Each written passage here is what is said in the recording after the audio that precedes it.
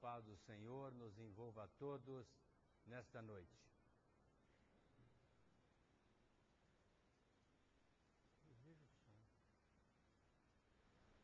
Outro dia, ao sair aqui da nossa casa, uma das nossas irmãs nos pediu carinhosamente que falássemos sobre o perdão.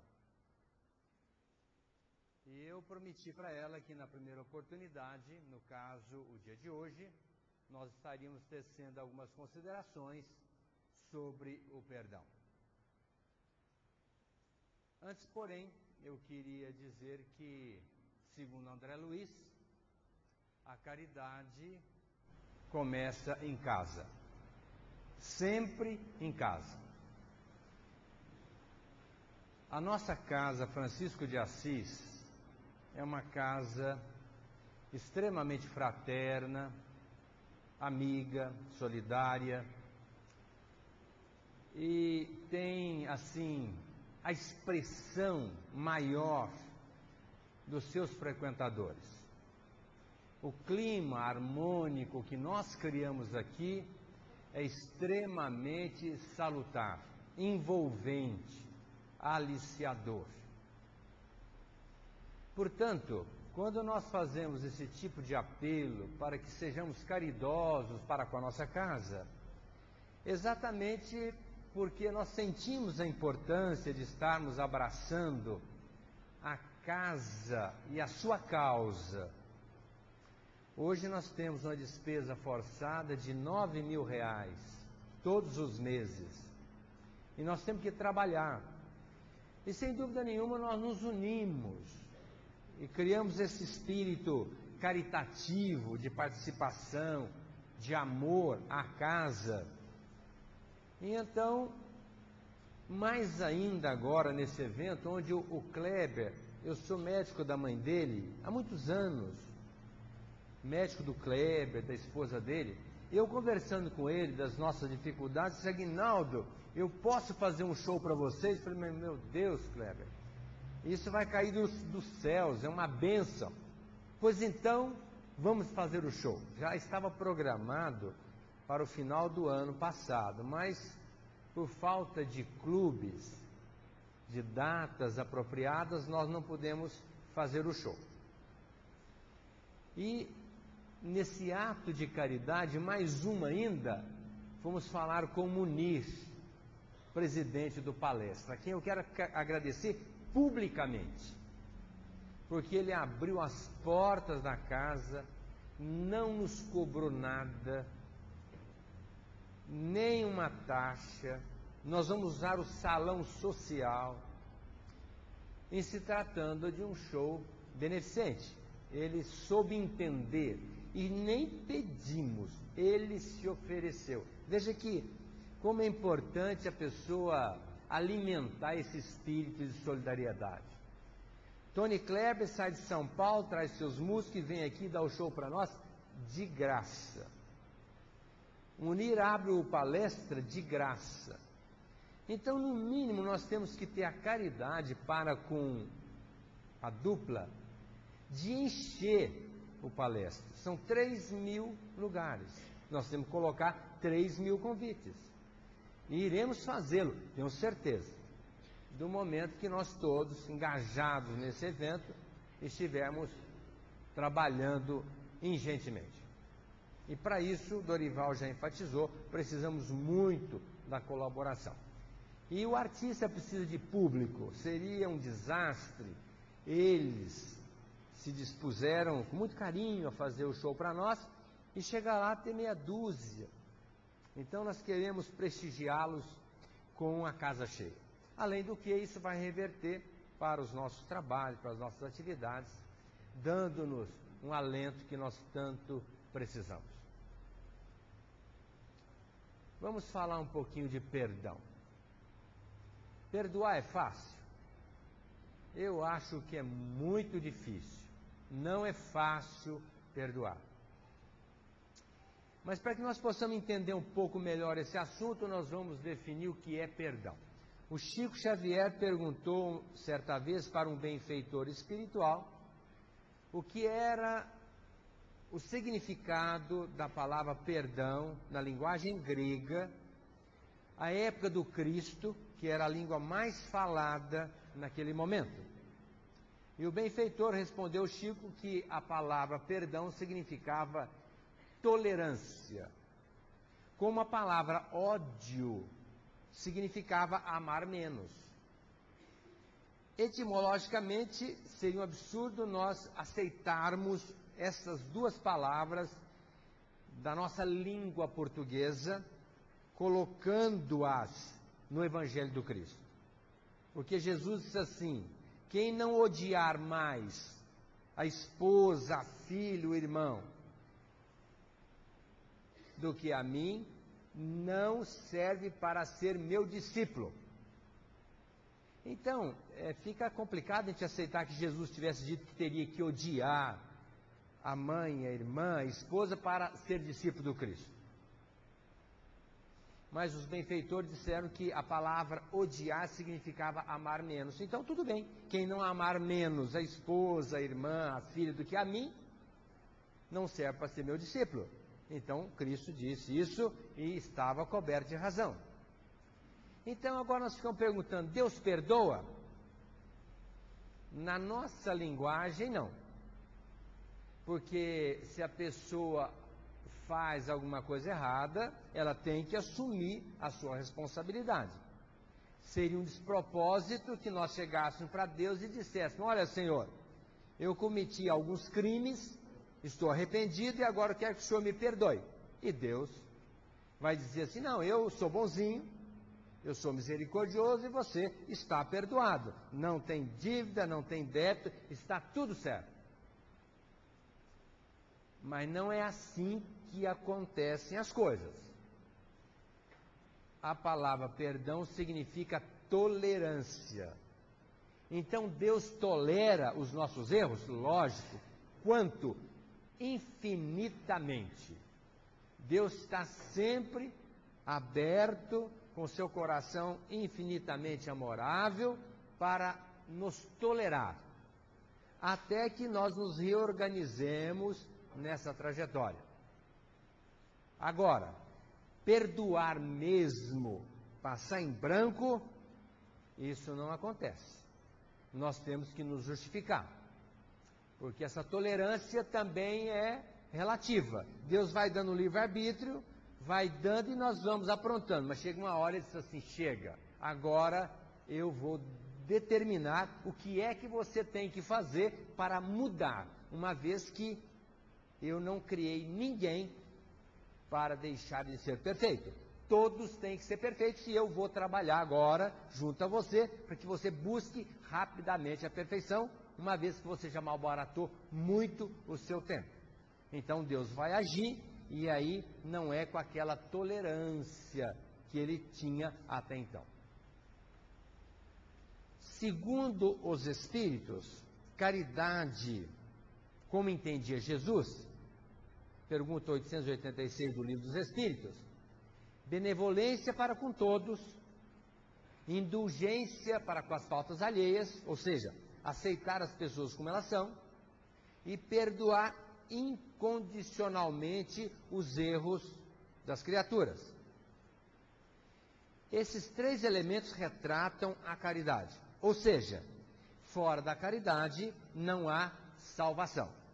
Nós nunca vamos nos libertar das nossas mazelas sem ser bondoso, indulgente e tolerante.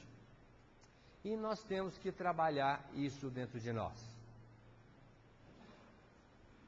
É fácil? Não é fácil.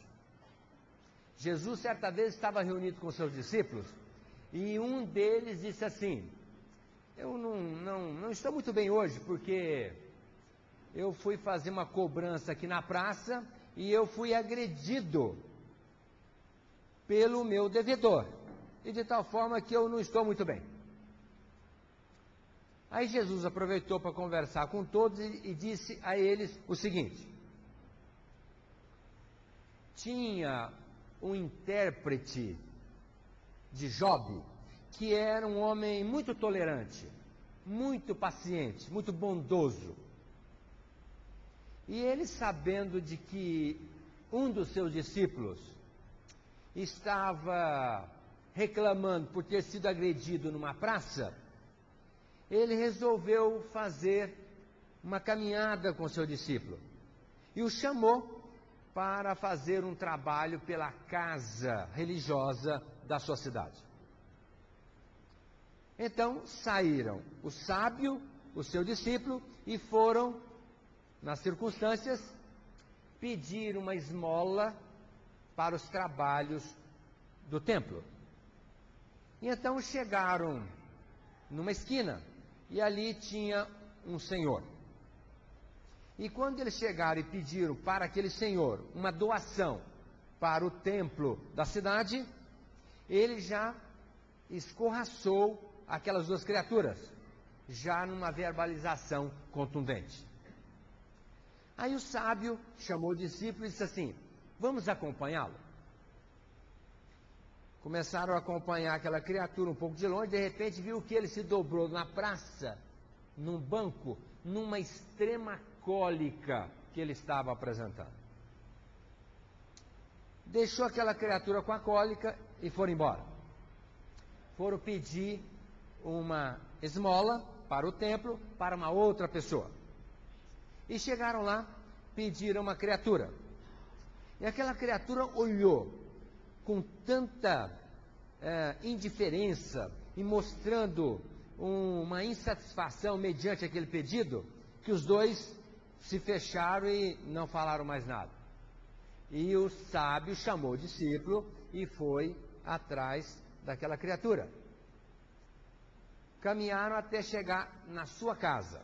E chegando lá, perceberam que ele estava velando a sua própria filha na sua casa.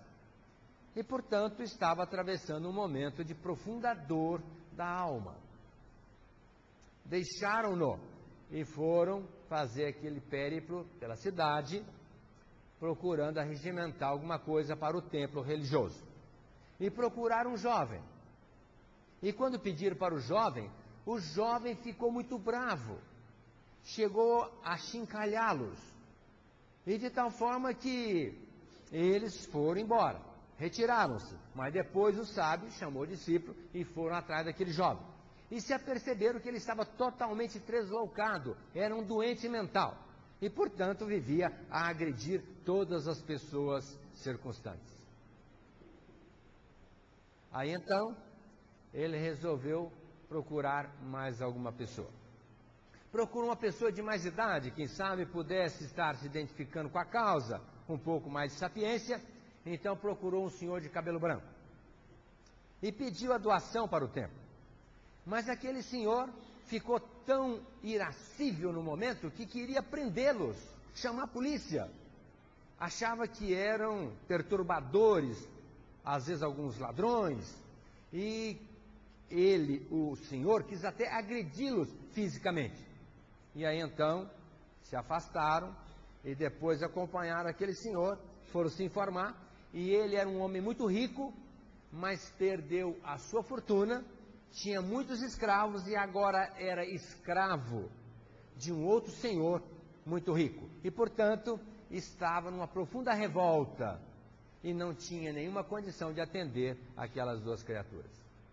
E naquele momento então o sábio chamou o jovem que estava reclamando e disse assim: você entendeu a lição?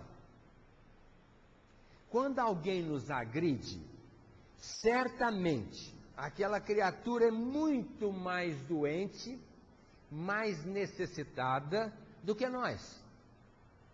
E ao invés de nós nos aborrecermos com aquela arremetida, com aquela atitude infeliz, nós precisamos ajudar essas criaturas para que elas possam se reencontrar, se reequilibrar, se reharmonizar.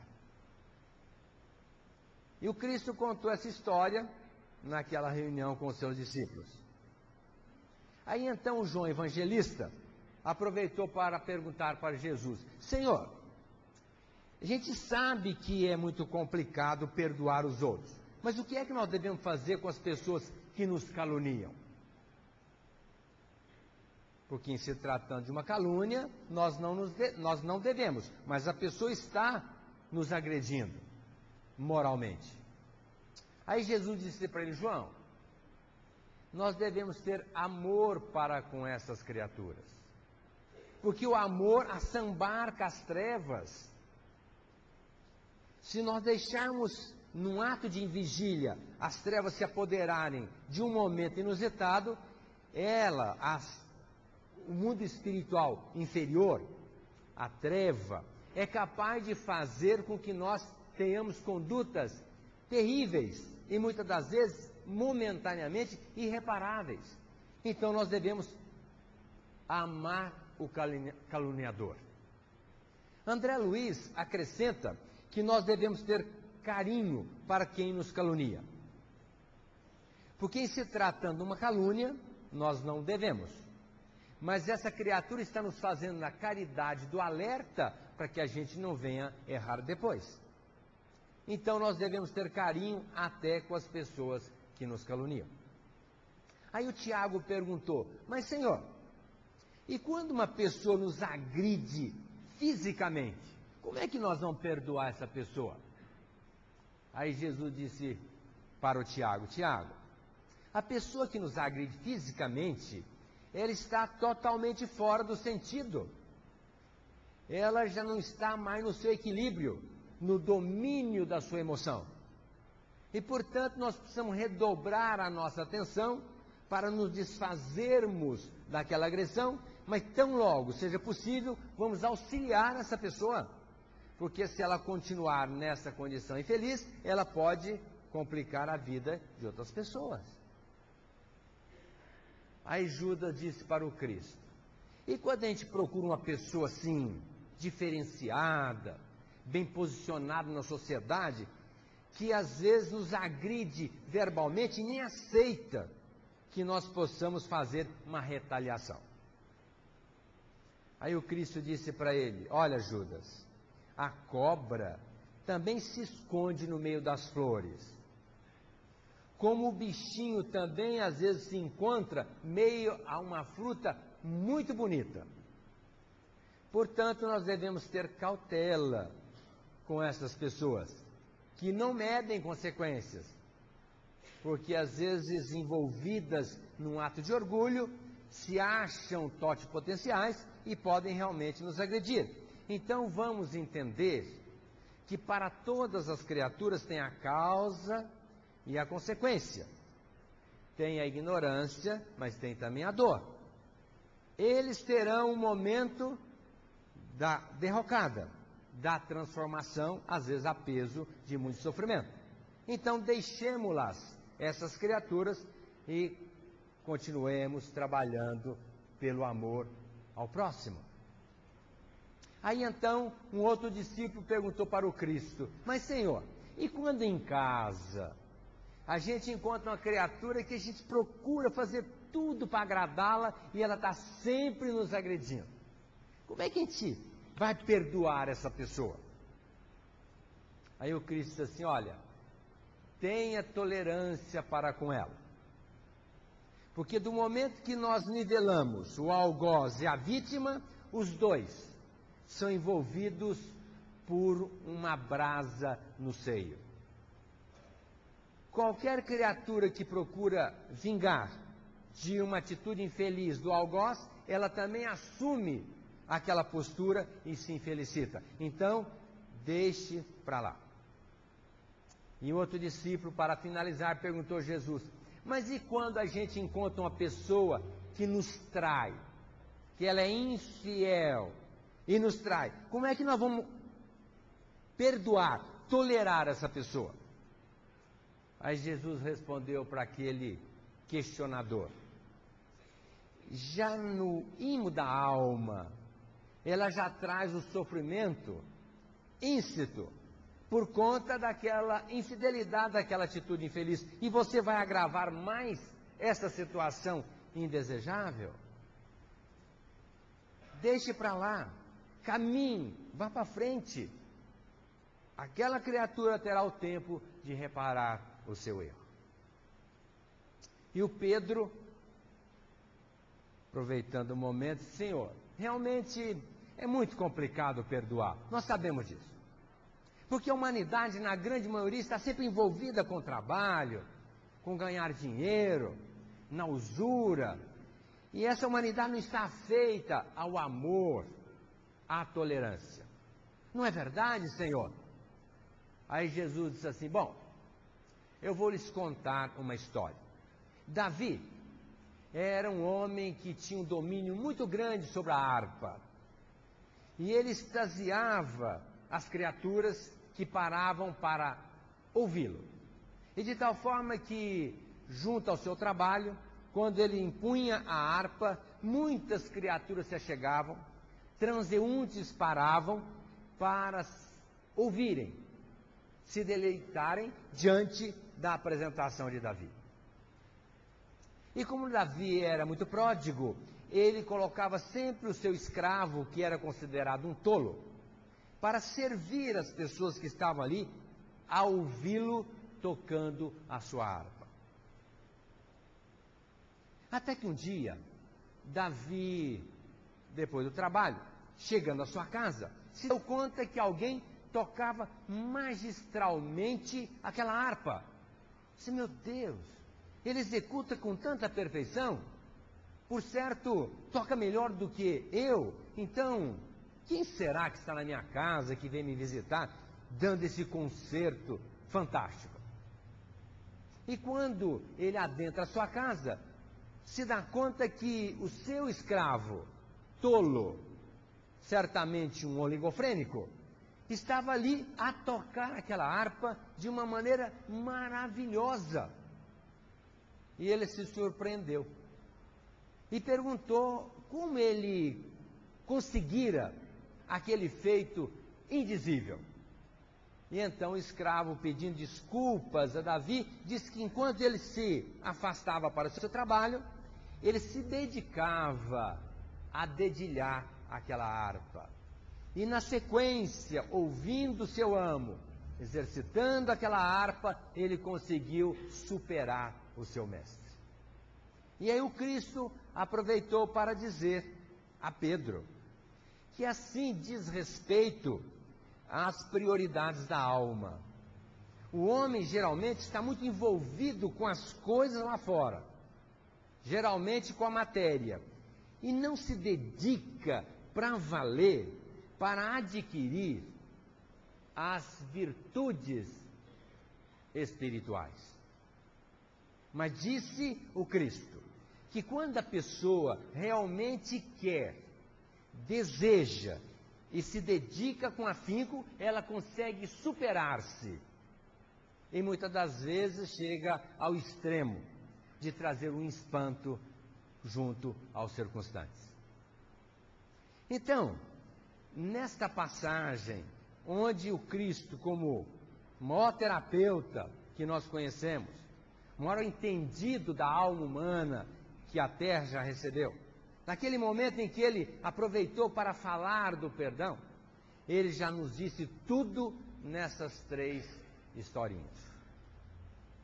Porque nós, quando temos dificuldade para perdoar, via de regra, nós não passamos para o outro lado. Nós nos sentimos injustiçados e achando que aquela pessoa nem tem razão para nos agredir. Quando a gente sabe que, em se tratando de uma agressão, existe uma dor, uma doença na alma, e certamente essa pessoa que nos agride carece muito mais de atenção, de carinho e atendimento do que nós mesmos.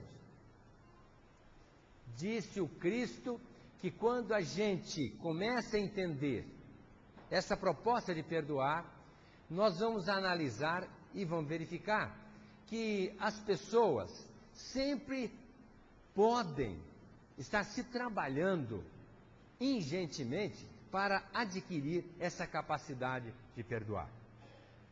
Ou seja, de tolerar. Porque a grande problemática nossa é não tolerar as criaturas. Mesmo porque nós sempre queremos que as pessoas sejam iguais a nós. E não são e nem serão. Nós é que precisamos nos adequar as criaturas que conosco convivem.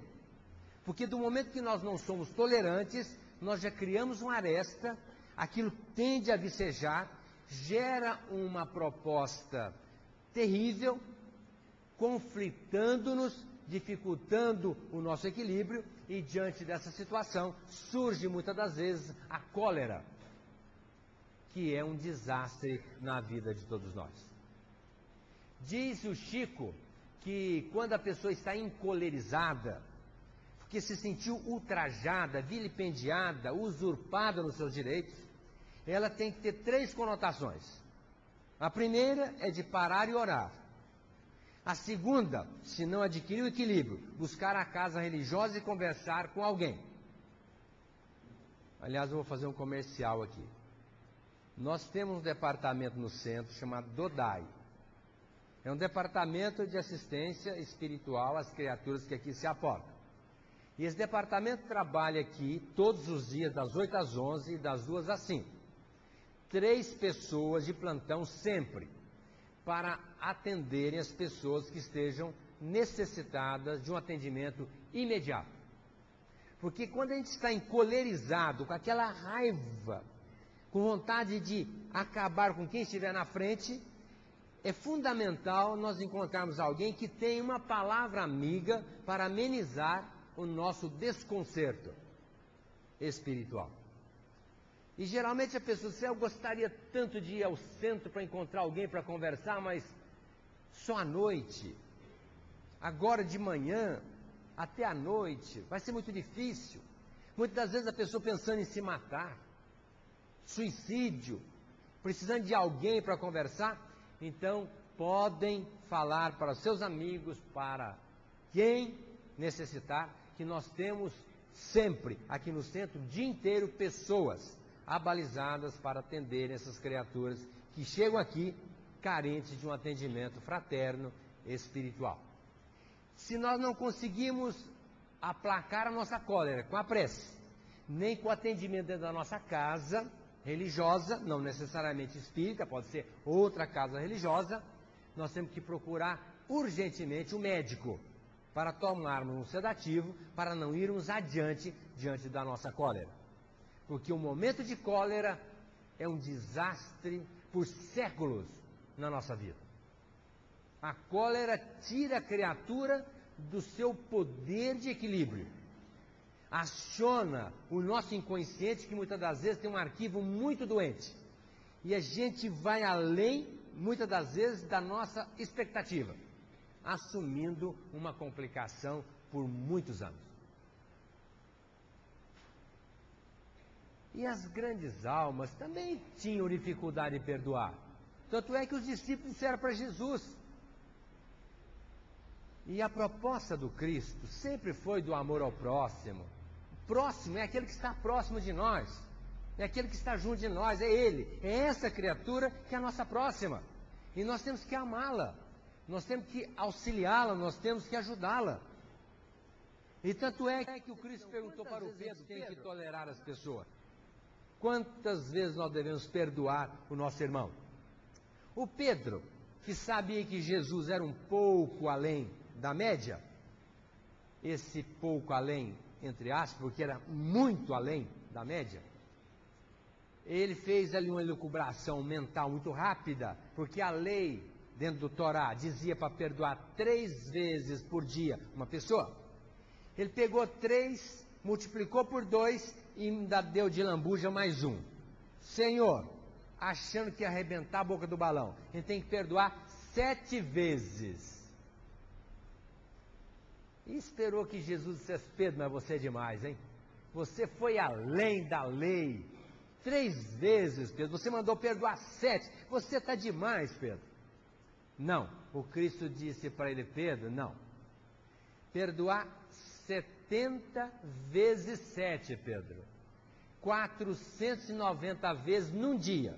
Certamente ninguém erra conosco 490 vezes. Então ele tem que tolerar sempre qualquer situação que estejamos em constrangimento.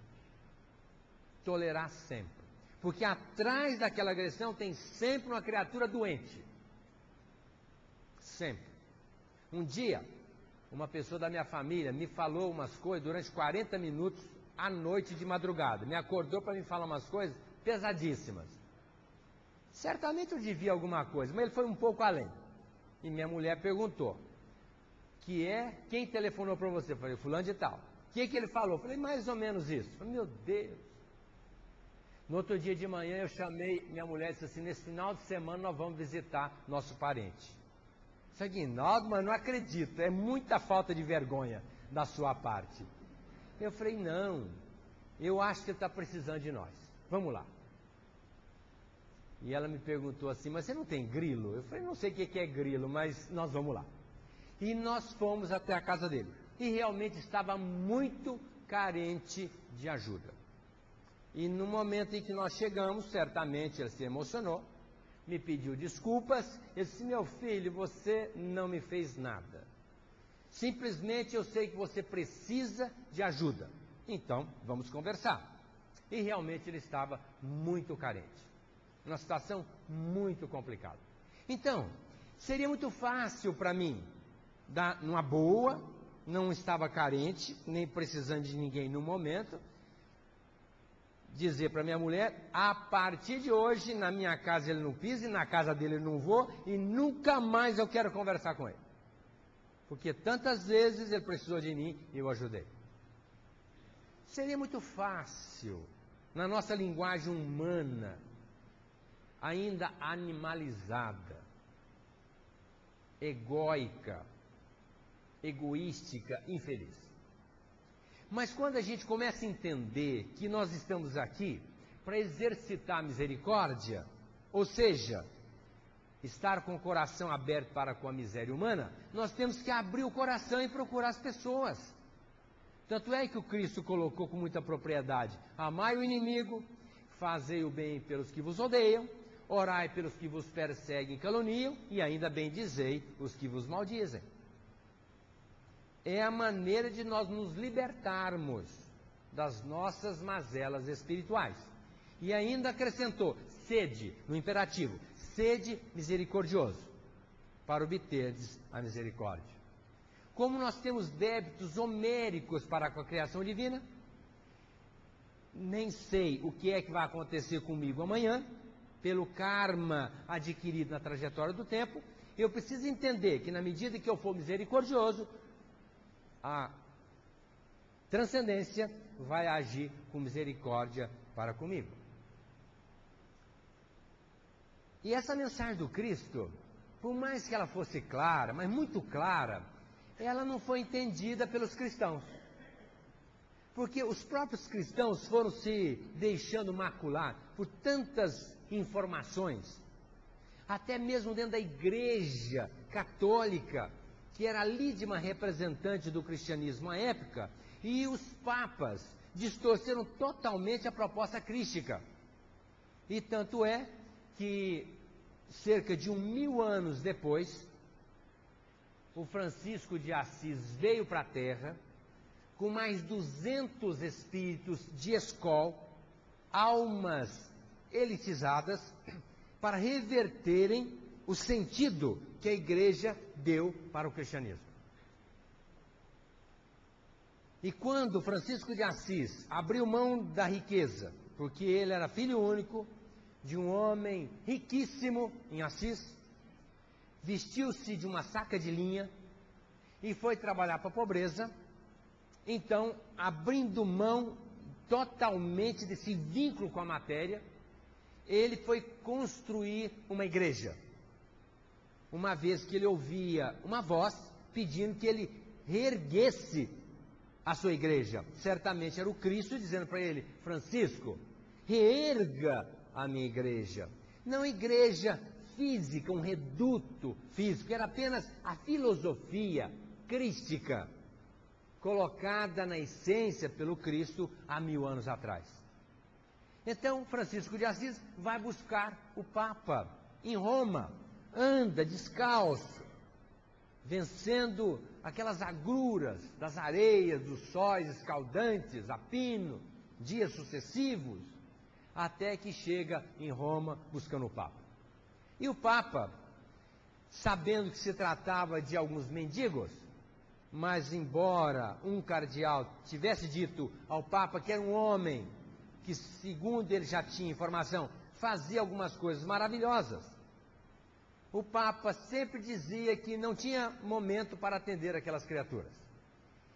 E o Francisco de Assis ficou com seus amigos ali durante longos dias, dormindo ao relento debaixo das árvores, não tinham dinheiro, porque não fizeram uma provisão, diante de uma previsão não muito bem afeita, então tiveram que dormir ao relento. E sempre batendo na porta da casa do Papa, pedindo uma entrevista. E todos os dias a resposta era não. Até que um dia ele disse assim: então diga ao Santo Papa que eu estou indo embora.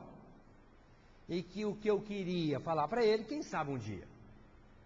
Aí um cardeal mais lúcido, talvez ali envolvido por alguém, alguma outra alma iluminada, disse para o Papa: Senhor, acho bom que o senhor o atenda, porque esse homem é abnegado, ele está aqui longos dias, sempre com a mesma proposta, então seria bom que o senhor o ouvisse.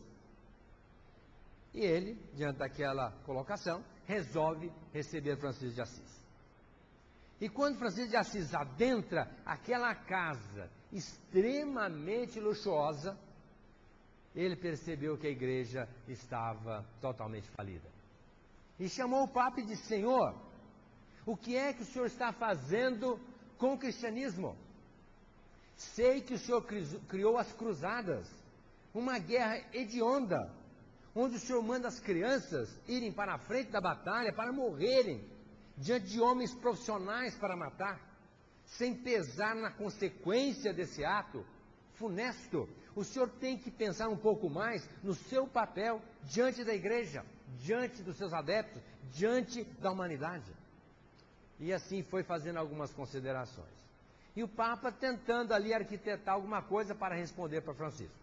Mas de repente ele disse: bom, meu filho, é que você não entende das coisas que nós entendemos. Porque se você entender, você não viria aqui falar isso para mim. Porque é complicado gerir uma igreja, estar à frente de um movimento católico que é muito grande. Você não entende muito bem disso, porque se você entendesse, você estaria falando diferente. Mas não havia uma criatura mais lúcida naquele momento que Francisco de Assis, que estava falando o que o Papa deveria ouvir. Mas deu recado e foi embora e não mais voltou. Até que um dia, passado um tempo, o Papa adoecera de uma maneira inusitada e estava quase que às vésperas da morte. E ele sabia de outros feitos do próprio Francisco de Assis. E pediu, mandou um recado para ele que ele viesse a Roma para curá-lo. E o Francisco de Assis enceta aquela caminhada longa e vai até Roma. Chega lá, olha o Papa doente e começa a lhe dar uma descompostura. Está vendo? Eu lhe falei, você não ouviu, você teria que ter me ouvido, você teria que ter mudado, por isso você está doente, coisa e tal. Aí ele ouve uma voz: Francisco, por que você está falando assim? Ele é nosso irmão, Francisco. Ele precisa da sua compreensão. Cure-o, ele já está arrependido dos seus feitos, terá que ressarcir seus débitos, mas não seja você agora o algoz, aumentar a sua dor. Cure-o, Francisco. Certamente era a voz do Cristo falando para o Francisco, que embora fosse uma alma sublimada, não estava tolerando ali o Papa. Ele queria dar uma lição e pisar um pouco mais em cima do Papa. Mas o Cristo diz: Francisco, não faça isso, Francisco. Você não veio aqui para isso, você veio para curá-lo, cure-o.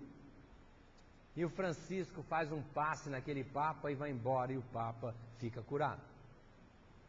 Mas na saída, o Papa disse para ele: Francisco, eu não posso reverter a guerra, eu não tenho força, eu sou dominado, é uma estrutura, mas quem sabe você possa, vá até a frente da guerra, lá naquele campo, converse com as criaturas, tente fazer a cabeça daquelas criaturas.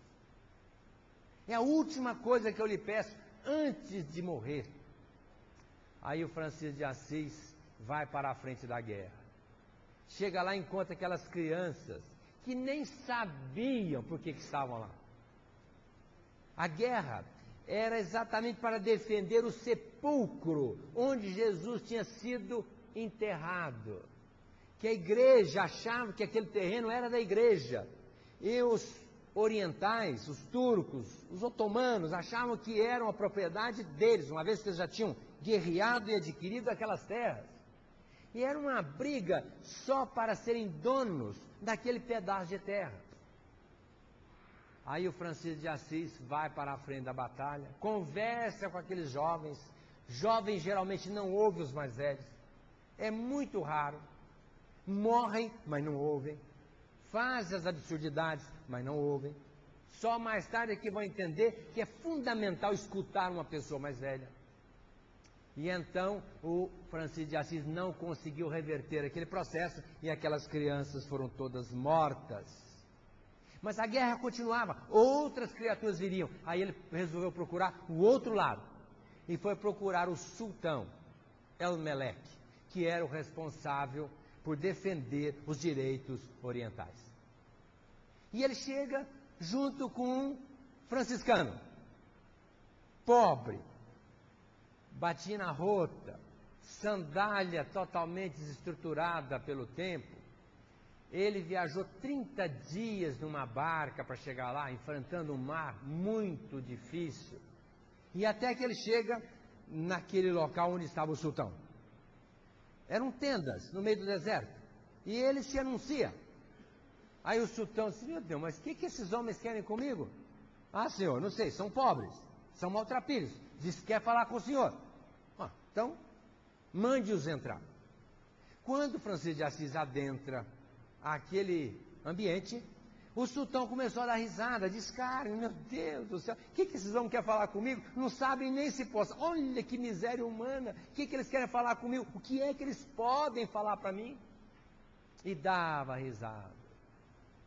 Até que, não, tudo bem. Então falem logo, que eu não tenho tempo para perder com vocês, falem logo, por favor. Aí o Francisco de Assis disse: olha, senhor, eu vim aqui em nome de Deus para falar com o senhor. Embora o senhor possa usar uma outra terminologia, Alá, eu chamo de Deus, mas podemos chamar de Jeová, pouco importa.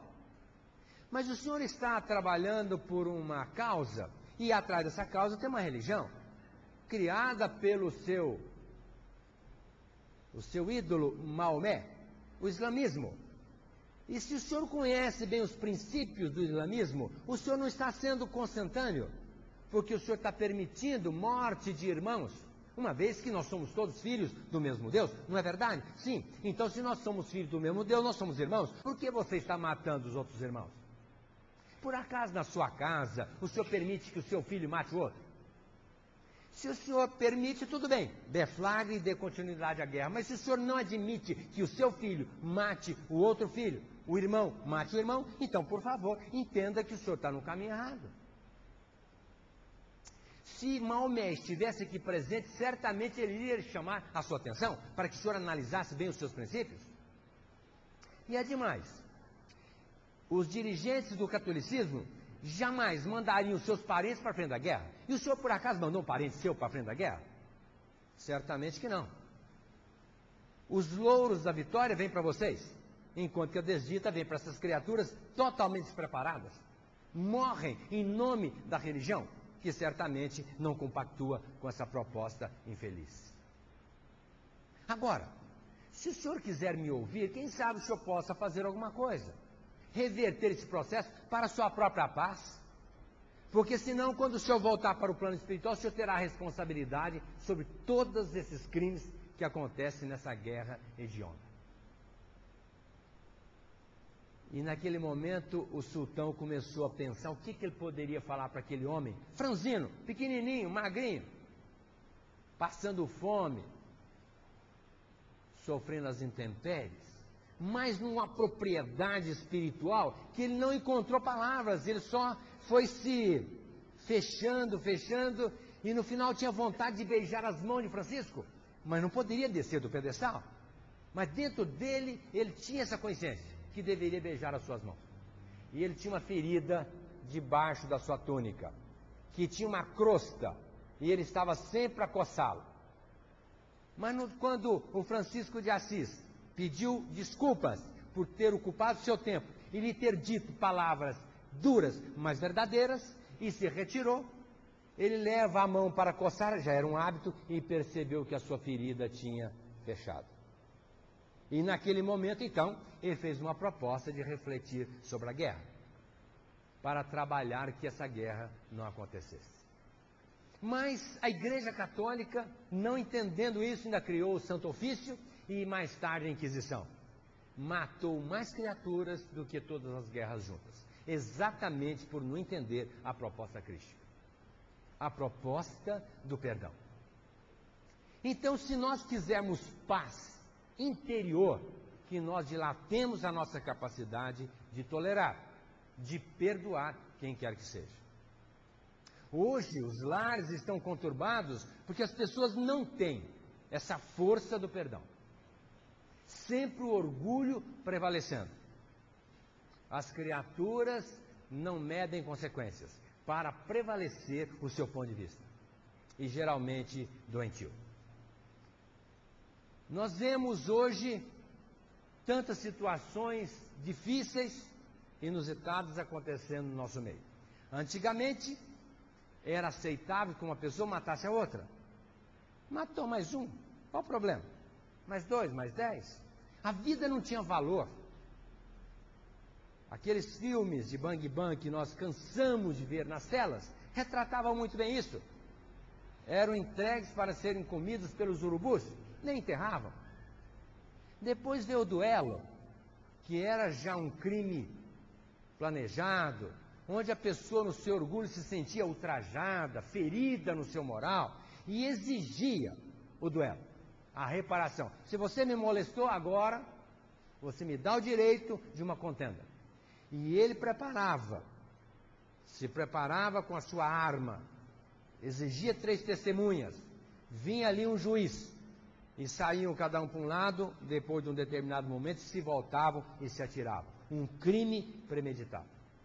Diz o benfeitor espiritual no Evangelho segundo o Espiritismo que haveria um dia em que o homem iria valorizar mais a vida e achar o duelo um absurdo na sociedade humana.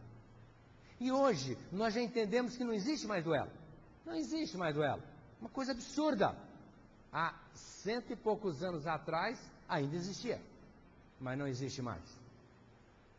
Mas ainda as pessoas ferem as outras, violentam as outras de N maneiras. Ferem no trânsito, ferem no trabalho, ferem dentro de casa, agridem violentamente uns aos outros. E por isso estão acrisoladas com a própria consciência. Não progridem, não ressarcem os seus débitos, quando Cristo nos recomendou: reconciliai com o vosso adversário, enquanto estáis a caminho com ele. De outra forma, o adversário vos entregará ao juiz, ao oficial de justiça, e pagareis até o último ceitil. Se nós não acertarmos com os nossos, entre aspas, inimigos de hoje, nós iremos travar contato com eles amanhã. Às vezes aquela mulher difícil que nós temos dentro da nossa casa foi aquela criatura que nós infelicitamos no passado. Aquele marido complicadíssimo foi aquela criatura que nós abandonamos como filho e agora nós vamos tê-lo como marido para colocá-lo no eixo. E se nós soubermos administrar essas adversidades, nós estaremos quitando a nossa consciência. Nós estaremos entrando numa paz interior. De outra forma, fica adiado para uma nova existência. Ah, mas tudo bem, mas tem outra. Na outra eu acerto com essa criatura. Mas nós desencarnamos e reencarnamos todos os dias. À noite nós vamos desencarnar, não vamos? Vamos, lógico, vamos sair do corpo. Vamos desencarnar 8 horas. E eu não desencarno tanto tempo não, eu estou desencarnando na média de 5, 6 horas por noite. Mas tudo bem, vou para o plano espiritual. No outro dia estou encarnado de novo. Então, para a gente recomeçar a vida e reacertar a nossa vida, nós não precisamos esperar uma vida para depois reencarnar, não. Vamos apenas esperar que amanhã, ao nascer o sol, nós reencarnando de novo, possamos dar um voto de credibilidade à nossa vontade, à nossa determinação de mudanças profundas no nosso psiquismo e no nosso imo da alma. Que amanhã seja o dia. O Paulo de Tarso que é hoje, né? Paulo de Tarso que hoje é o dia. Deixemos o arrependimento das obras mortas e busquemos a perfeição. Hoje é o dia. Mas eu já estou sendo um pouco mais complacente. Vamos começar amanhã. Amanhã. Se nós lembrarmos que nós temos alguém assim que a gente não se afina muito, o que nós devemos fazer? Vamos ligar para essa pessoa. Olha, fulano, quero te pedir desculpa. Até agora eu mantive uma dureza de coração, mas a partir de hoje, eu estou frequentando Francisco de Assis, ouvi uma mensagem do Cristo que chegou direto para mim, e eu quero dizer que eu, em amor ao Cristo, estou lhe pedindo perdão. Ou aquela pessoa difícil, que mesmo não nos fazendo nada, mas é difícil de tolerar, vamos agora nos aproximar dela. Vamos começar a dar presente para ela. Porque todo mundo, quando ganha presente, se derrete. O homem é materialista, é assim que funciona. Dê um presente para ela. Mas por quê? Não, eu senti tanta saudade de você. Eu tive vontade de falar com você, lembrei de você e eu até estou começando a amar mais você e eu quis lhe trazer um presente. E leva outro, leva outro. Vamos nos aproximar. Não dá mais para esperar, nós já perdemos muito tempo. E o perdão também deve ser dado para nós. Não é só para os outros, nós devemos nos perdoar. Lógico, nós já erramos muito, vamos nos perdoar. Porque se nós não nos perdoarmos, nós vamos ter um sentimento de culpa que é um desastre. Outro dia eu falei sobre o aborto. Logo que eu saí, uma mocinha me procurou e disse assim: doutor, eu fiz um aborto. E agora? Minha filha, não tem problema. Como, doutor? Não tem problema. O Pedro disse que o amor cobra uma multidão de erros. Se você fez um aborto, eu já fiz tantas coisas erradas na vida, que eu nem tenho coragem de falar para você, de vergonha. Então, eu estou agora, não estou preocupado com os meus erros, estou procurando acertar agora. Do momento que eu acertar, as pessoas têm memória curta, até Deus tem memória curta. Porque ele diz que, através de um profeta chamado Ezequiel, eu não quero que o ímpio sofra, eu quero que ele se transforme. Muitos erros nossos são deixados de lado quando a gente ama e trabalha no bem. O irmão do Chico Xavier estava condenado por feitos infelizes do passado a ficar 13 anos numa cama. Ele iria ter um derrame e iria ficar 13 anos numa cama. E quando chegou o momento de colocá-lo na cama, a espiritualidade o viu trabalhando no bem, ajudando o Chico Xavier. Naquele momento eles disseram: meu Deus, mas como é que nós vamos colocar esse homem na cama? Para que vai servir, vai sofrer, dar problema para os outros? Deixe-o trabalhando aqui. E ele continuou trabalhando com o Chico Xavier. Quando terminaram os 13 anos, era o dia dele voltar para o plano espiritual. Vieram, desencarnaram o José, irmão do Chico, e levaram para o plano espiritual. E disseram para ele: olha, era para você ficar 13 anos na cama, você aproveitou muito bem, e agora era talvez para você passar uns momentinhos meio complicados aqui no plano espiritual, porque não estaria ainda acertado as suas dívidas, mas como você é um funcionário assíduo, disciplinado, dedicado, com amor no coração, você vai trabalhar conosco. E lá foi o José trabalhar com os espíritos no plano espiritual. Então eu disse para minha amiga: se você fez o aborto, agora trabalhe no bem, ajude as crianças. Aqui no centro, por exemplo, nós precisamos de evangelizador infantil. A gente tem que pegar laço, não tem. Parece que dá aula para criança, tem, vamos dizer, uma chibata na ponta, né? Chega lá na aula e apanha: não, ninguém bate ninguém aqui não. Podem ir lá dar aula para as crianças, é uma bênção. Mas a gente pede: escuta, ninguém gostaria de dar aula para as crianças? Ah, não. Toda terça-feira? Toda terça-feira. Mas todo domingo? Todo. Ah, não, eu não tenho tempo para isso. E as pessoas não dão aula para as crianças. Tem crianças sofrendo lá na periferia. Vai lá ajudar aquelas crianças.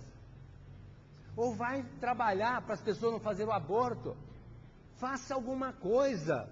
E você fazendo, amando, trabalhando em nome do Cristo, o seu problema fica deixado de lado. O Pedro disse isso, o discípulo de Jesus: o amor cobre uma multidão de erros. Então nós não temos que ficar esquentando cabeça com os nossos erros, já foi, não volta mais. E se queremos dar uma apreciação nessa situação e uma resposta positiva, vamos fazer o bem. É o único jeito de nós darmos um nozinho na lei divina, fazendo o bem. Porque fazendo o bem, como disse o Francisco de Assis, é dando que se recebe. Na medida que nós fizermos o bem, nós vamos fazer o bem. Tem muitas pessoas que se prendem naquele ontem, e sofre, se desestrutura psicologicamente, e não produz. Não adianta nada. Deixemos o arrependimento das obras mortas, disse o Paulo de Tarso. Busquemos a perfeição. E como é que nós vamos nos tornar perfeitos? Nos dedicando como aquele escravo tolo, aquela criatura limitada mentalmente. Enquanto o amo ia para o trabalho, ele pegava a harpa e ia tocá-la, se dedicando. Então, se nós queremos melhorar nossa alma, a nossa proposta de evolução espiritual, vamos trabalhar no bem, não percamos a oportunidade. Tem muita gente precisando de nós. O Francisco de Assis tem 32 departamentos funcionando, só no sentido de absorver os trabalhadores da casa. E às vezes a gente sente a necessidade de alguém e não acha. E nós precisamos de trabalhar pelo Cristo, porque nós somos profundos devedores para com a criação divina. A Maria Dolores é que nos faz um retrospecto a esse respeito, dizendo assim: escuta, alma querida e boa, se alguém te fere, perdoa, nas lutas que vêm vão. Ofensa às vezes na vida vem da lágrima esquecida em forma de agressão. Nas áreas do pensamento, sem queixas e sem consultas, existem dores ocultas e estrada que ninguém vê. Vemos certos ofensores que espalham pedras em bando, trazendo o peito sangrando, nem ele sabe por quê. Esse carrega consigo uma enfermidade obscura, aquele guarda a desventura de uma afeição infeliz. O outro procura esconder uma rebeldia tenaz, mas não sabe o que faz, nem pondera o que diz. Outro surge em doce face, por vezes quem mais amas, traz por dentro o peito em chamas, embora disfarce a sua dor. A pessoa que difere é sempre quando reponte, deserto pedindo fonte, angústia esmolando amor. Nós, do outro lado da vida, buscando luz supremas, atravessamos problemas e exames de amor e paz. Alma querido ofensor, na senda do dia a dia, é a pessoa para saber como estás. Muita paz.